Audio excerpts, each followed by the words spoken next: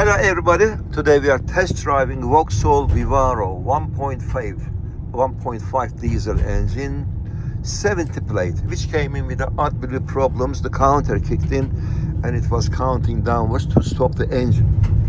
We have solved the problems and other problems as well. Sir, what can you tell us about your van? How was it driving and how is it driving now? Well, it was struggling. I had a lot of AdBlue lights coming out, even engine light coming out, and it was restricted the driving.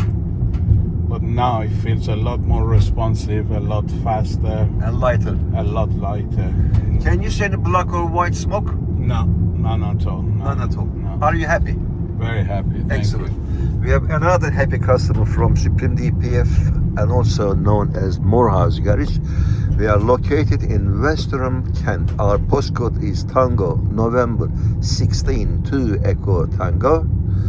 And you can reach me on 07533636194 with your DPF, EGR, AdBlue, NOx, SCR, high fuel consumption, black or white smoke issues. We are the masters. This is what we know, this is what we do.